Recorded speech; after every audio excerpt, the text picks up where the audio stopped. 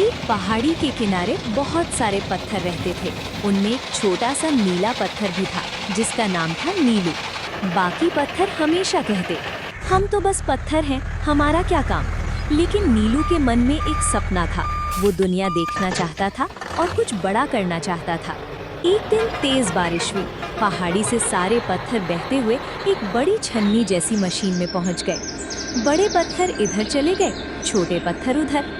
नीलू भी धीरे धीरे फिसलता हुआ नीचे आने लगा। उसे डर लग रहा था। उसने सोचा, पता नहीं मैं कहाँ जा रहा हूँ, शायद मैं खो जाऊंगा।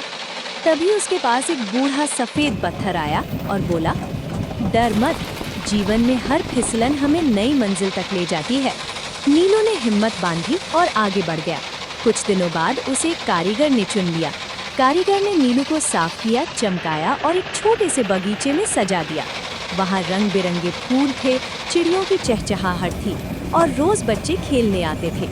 एक दिन एक छोटी बच्ची ने नीलू को उठाकर कहा, मम्मी देखो कितना सुंदर पत्थर है। पहली बार नीलू को लगा कि उसका जीवन सच में खास है। उसने आसमान की ओर देखा और मुस्कुराया। उसे बूढ़े पत्थर की बात याद आई, हर रास्ता चाहे कितना भी कठिन क्यों न हो, हमें हमारी सही जगह तक जरूर पहुंचाता है। उस दिन नीलू समझ गया कि हम सब की जिंदगी में कभी न कभी ऐसी फिसलन और मुश्किलें आती हैं, लेकिन अगर हम हिम्मत न हारें तो एक दिन हम अपनी मंजिल जरूर पा लेते हैं। सीख, छोटा हो या बड़ा, हर किसी के अंदर एक खासियत होती है और जीवन की मुश्किल राहें ही हमें हमारी असली पहचान तक पहुंचाती हैं।